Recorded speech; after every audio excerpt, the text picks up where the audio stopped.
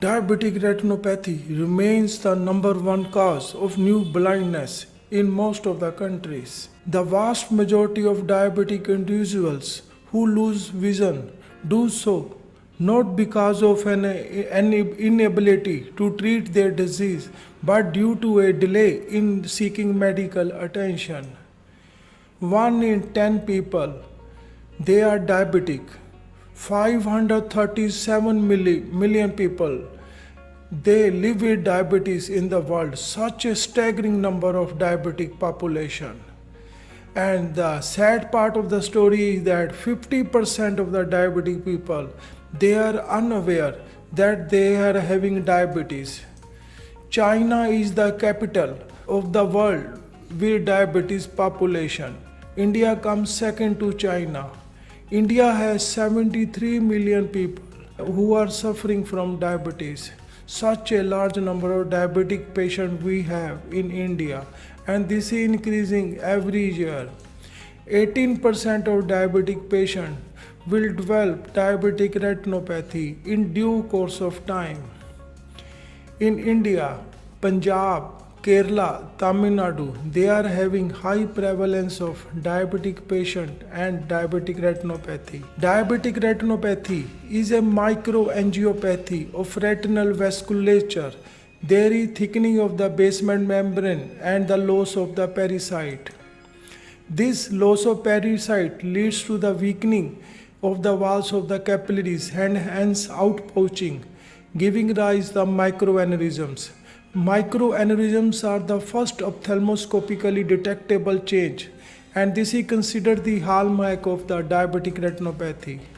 Other changes seen in diabetic retinopathy are hemorrhages, hard exudates, cotton wool spots, intraretinal microvascular abnormalities, and venous bleedings.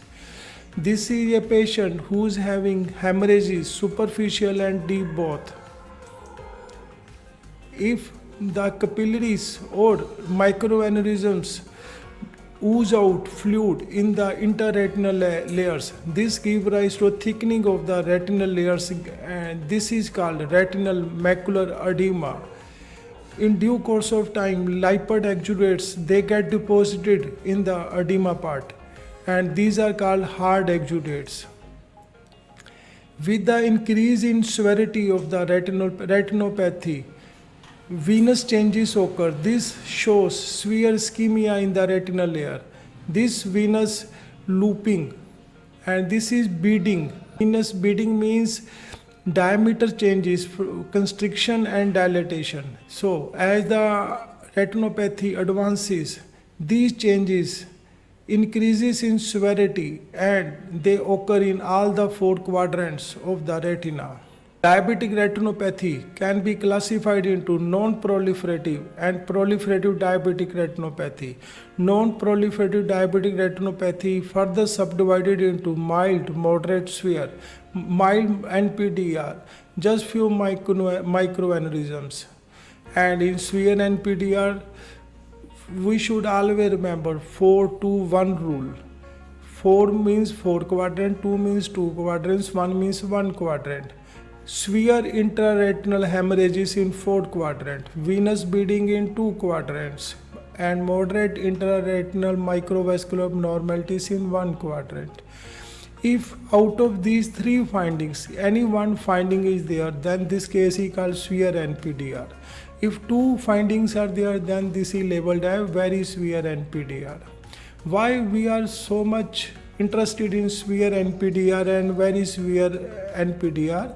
Because 25 to 50% of these patients end up in proliferative diabetic retinopathy in 1 or 2 years.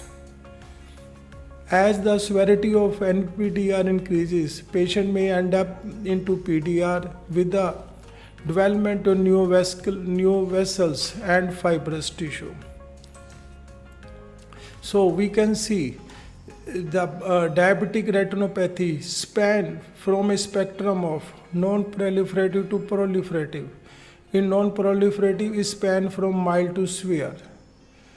Diabetic macular edema can be associated with any severity of diabetic retinopathy.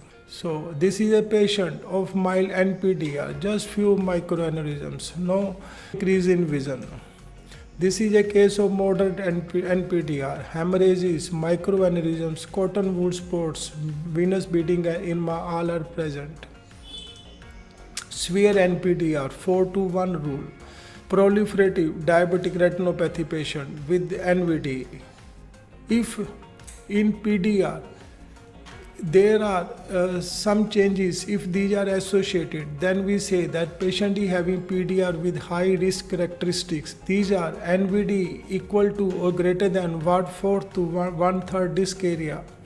If this is less in area but it should be associated with vitreous or pre-retinal hemorrhage, or NV equal to greater than 1/2 disc area with hemorrhage. So, how to prevent diabetes, diabetic retinopathy and diabetic retinopathy complications? So first is primary prevention to prevent the development of diabetes. Do daily exercises, reduce weight, eat healthy eating habits and regular blood sugar checkup. Secondary prevention to prevent the complication of diabetes, intensive control of blood sugar, blood pressure and lipid. And tertiary to prevent the loss of vision, secondary to diabetic retinopathy, dilated fundus examination with direct ophthalmoscope, indirect ophthalmoscope or fundus camera, and early detection of diabetic retinopathy by dilated fundus examination with direct ophthalmoscope, indirect ophthalmoscope or fundus camera. It may be a successful management of diabetic retinopathy require both systemic and local treatment. Systemic control of blood sugar, blood pressure, lipids, and local treatment in form of laser, intravitreal injections and vitrectomy. So if patient is having PDR with HRCs, then do PRP. Diabetic retinopathy, if patient is having PDR with HRC, do PRP. If patient is having early and moderate NPDR, no PRP, just regular follow-up and control of systemic factors. If patient is in between severe NPDR, early PDR, then one can consider for PRP, and one can often do PRP, especially if other eye has lost due to diabetic retinopathy complication, or patient is not likely to come for follow-up regularly. Two causes of decrease in vision in diabetic retinopathy. Macular edema is the leading cause, and second is sequelae of proliferative diabetic retinopathy. Macular edema is the leading cause of decrease in vision in diabetic retinopathy. This is defined as retinal thickening of the posterior pole and detected by slit lamp biomicroscopy with macular lenses or by optical coherence tomography. In diabetic macular edema, increase in the thickness of the retinal layers because of oozing out of the fluids from microaneurysms or damaged capillaries. OCT application has dramatically changed the diagnosis and management of diabetic macular edema. Central subfield thickness 1 mm diameter is used to follow a patient response to treatment of diabetic macular edema. OCT is the gold standard in diagnosing and management of diabetic macular edema. This is a OCT showing non-central involving macular edema. This is central involving macular edema. This is central 1 mm subfield. Here, this is normal, green in color. This thickness is normal. Center is not involved. Here, center is involved. You can see very well see in OCT. Central thickness has increased. Red area in the central subfield. So this is a case of central involving macular edema. This is again OCT showing central involving macular edema. If patient is central involving macular edema, anti-VEGF intravitreal injection, otherwise laser treatment. If patient center is not involved in the macular edema, then clinical significant macular edema definition comes into picture. Find out the patients in which laser treatment is required. Clinical significant macular edema, thickening of the retina within 500 micron of center of macula, hard exudates within 500 micron, associated with thickening of the adjacent retina or zone of retinal thickening 1 disc diameter area and within 1 disc diameter of center of macula. The criteria are required to be patient to be treated with laser. FA should be done to find out the focal leak or diffuse leak. If focal leak is there, focal laser. If diffuse leak is there, diffuse laser.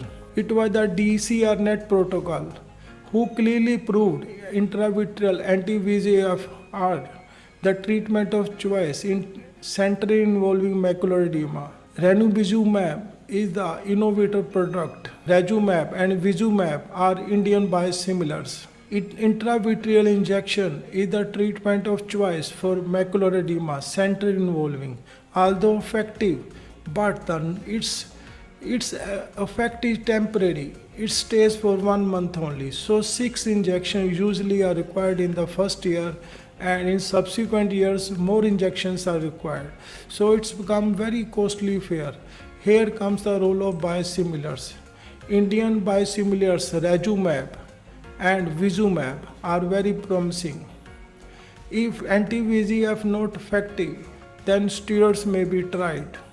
So diabetic macular edema, center involving, then anti-VEGF. In this patient, there is a case of NPDR, no macular edema, no intervention, just observation. Moderate NPDR with macular edema, give anti-VEGF injections.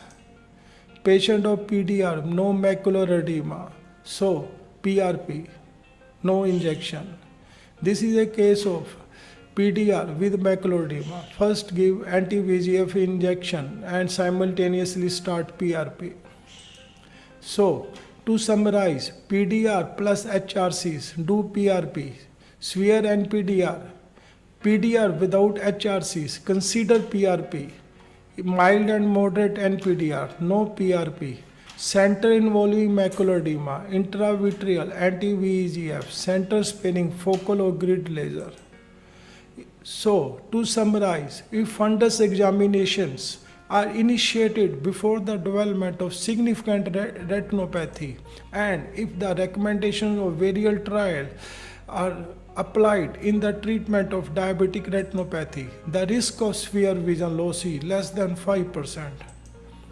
The prognosis for diabetic retinopathy used to be dismal, but now this has changed for better. Timely laser photocoagulation and intravitreal anti-VEGF injection has made the disease treatable, and availability of Indian biosimilars Intas Rajumab and Reliance and Cipla Vizumab has made treatment more safe, effective and affordable. Thank you, dear friends.